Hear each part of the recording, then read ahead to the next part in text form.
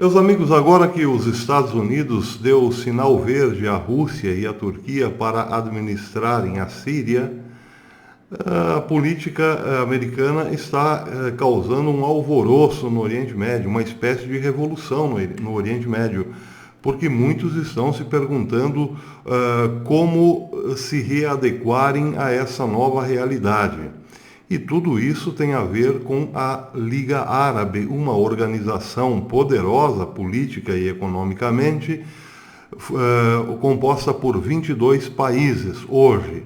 A Liga Árabe nasceu em 1945, logo depois da Segunda Guerra, por uma iniciativa da Arábia Saudita, do Iraque, da Jordânia, da Síria, do Iêmen e do Líbano. Esses seis países fundaram a Liga Árabe. E depois de lá para cá, a Liga Árabe cresceu muito, muito em função do petróleo. Fazem parte hoje da Liga Árabe também países como Emirados Árabes Unidos e o Catar. Bem, o que muitos especialistas estão se perguntando hoje é como que a Liga Árabe sobreviverá a essa nova configuração deixada pelo vácuo americano no Oriente Médio. Bem, é preciso notar o seguinte, a Liga Árabe era basicamente aliada dos Estados Unidos. Era. Depois do ataque às refinarias de petróleo da Arábia Saudita, a situação mudou um pouco. Muitos países da Liga Árabe já veem com desconfiança essa aliança que muito pouco rendeu em termos de proteção à Arábia Saudita. Por exemplo, os Emirados Árabes Unidos deram uma linha de crédito para o Irã. Essa é a notícia que saiu agora há pouco no The Times of Israel, de 700 milhões de dólares. Sim, ao Irã que tem sofrido um embargo econômico americano. Já o Catar deu uma linha de crédito alguns meses atrás à Turquia de 18 bilhões de dólares, fora outros presentinhos. Vejam, a Turquia não faz parte da Liga Árabe e tampouco o Irã faz parte da Liga Árabe. O Irã são persas e a Turquia são turcos, por óbvio, e portanto não fazem parte da Liga Árabe. Mas esses dois países, especialmente a Turquia, estão mexendo com a Liga Árabe. A Liga Árabe, por já não poder contar ou estar muito desconfortável em relação aos Estados Unidos, está, cada um dos seus países, procurando o que há de melhor em termos de proteção hoje. A Síria, que faz parte da Liga Árabe, é protegida pela Rússia. Agora, os Emirados Árabes querem ser protegidos pelo Irã. Vejam, os Emirados Árabes Unidos, até há 3 meses atrás, estava de bronquinha com o Irã e vice-versa. Agora estão unidinhos. O Catar, que faz parte da Liga Árabe, é protegido pela Turquia. E assim nós vamos. O Líbano, logo mais, será protegido oficialmente pelo Irã. Resta a Jordânia se definir. A Jordânia tem uma boa relação com Israel, mas, no fim das contas, também faz parte da Liga Árabe. E o Iraque? Bem, o Iraque tem tropas americanas. Mas é aquela história, mesmo com tropas americanas, o Iraque viu aviões de Israel entrarem em seu território, bombardearem alguns postos de depósitos de armas de milícias pró-Irã e saírem sem os Estados Unidos sequer comunicarem ao Iraque. O Iraque, muito provavelmente, pode se aliar ou com a Turquia ou até mesmo com a Rússia. Então, isso implica esse vácuo deixado por Donald Trump na região, que logo mais a Turquia estará quase que tomando conta da Liga Árabe. E isso se explica por uma razão muito simples.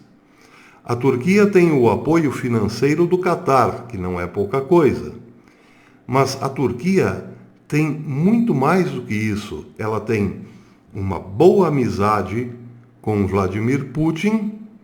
Essa amizade é irrigada pelo dinheiro do Catar. É com o dinheiro do Catar que a Turquia está comprando os S-400 da Rússia. Mas, ainda mais, a Turquia tem 50 bombas atômicas em seu território, em seu poder. Sim, as bombas fazem parte da OTAN, claro, mas estão lá, na Turquia, administrada por meia dúzia de militares americanos e mais de 150 militares turcos dentro da Turquia. Pois é, vejam que interessante esta relação, esta nova configuração de forças no Oriente Médio.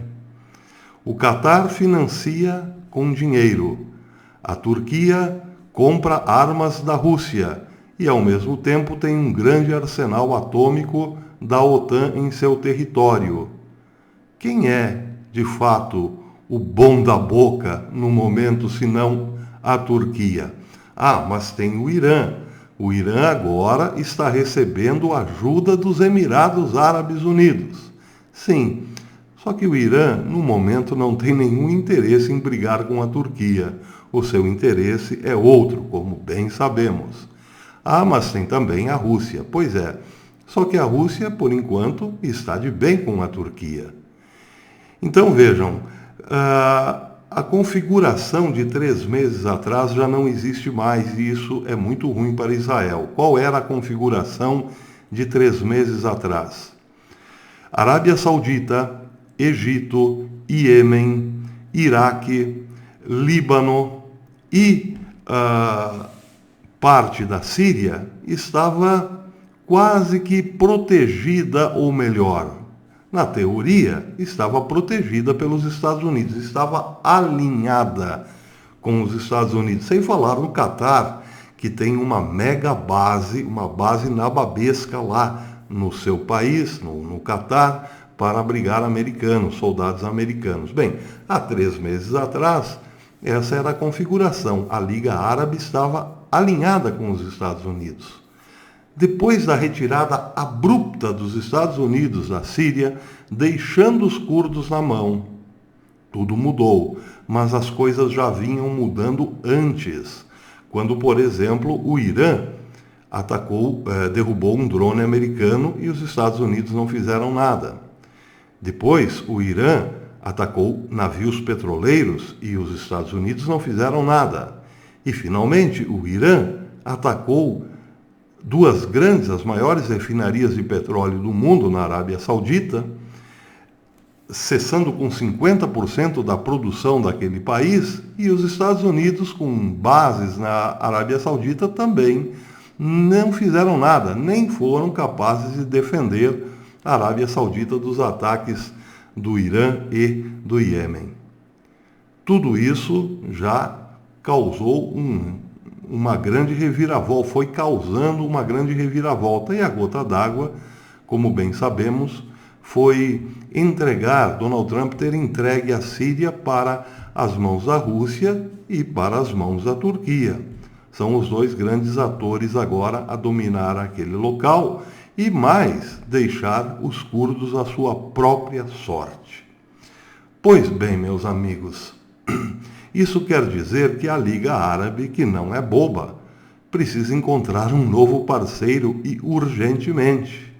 E aí cada um está procurando o seu, e isso quer dizer, de algum modo, um desmoronamento da Liga Árabe, muito causado pelos Estados Unidos, mas também pelo poder ascendente da Turquia, com todo o seu poder bélico. Pois é, ruim para Israel, por que afinal? Porque com os árabes buscando novos apoios, isso quer dizer que os árabes já não têm mais aquele compromisso formal de serem amiguinhos de Israel. Porque uma vez protegidos pelos Estados Unidos, Israel entrava no pacote de bondades. Para ser bom amigo dos Estados Unidos, tem que ser também bom amigo de Israel, senão a coisa complica. Isso tudo mudou. Agora, os países árabes querem ser amiguinhos de Rússia, Turquia ou Irã.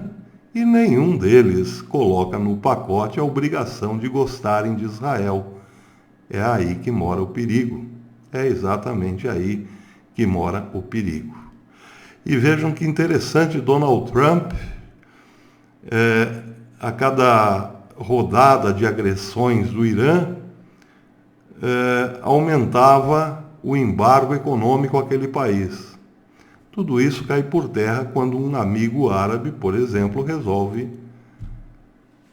emprestar a carteira bem recheada para o país embargado. Sinal óbvio que embargo econômico é só discurso vazio. Na prática não tem efeito nenhum. Outro detalhe em relação aos Estados Unidos, a Israel, é que o próprio Israel já sabe que está muito difícil contar com os Estados Unidos. Está muito difícil hoje contar com os Estados Unidos em termos geopolíticos. Mas também há um problema religioso e cultural nessa história. Os judeus da América estão se queixando muito de que o antissemitismo aumentou assustadoramente nos Estados Unidos. Judeus americanos, 9 em cada 10 judeus americanos se queixam de agressão por parte dos americanos, ou de preconceito racial, ou de antissemitismo mesmo. As coisas estão mudando muito rapidamente. Israel tem que se convencer que, nessa história, o seu verdadeiro parceiro continua sendo o Deus de Abraão, Isaque e Jacó. E não adianta querer contar com mais ninguém. Mas quem tem Deus tem tudo. Então vamos aguardar aí os desdobramentos desta nova configuração geopolítica, depois que o presidente Donald Trump mudou tudo.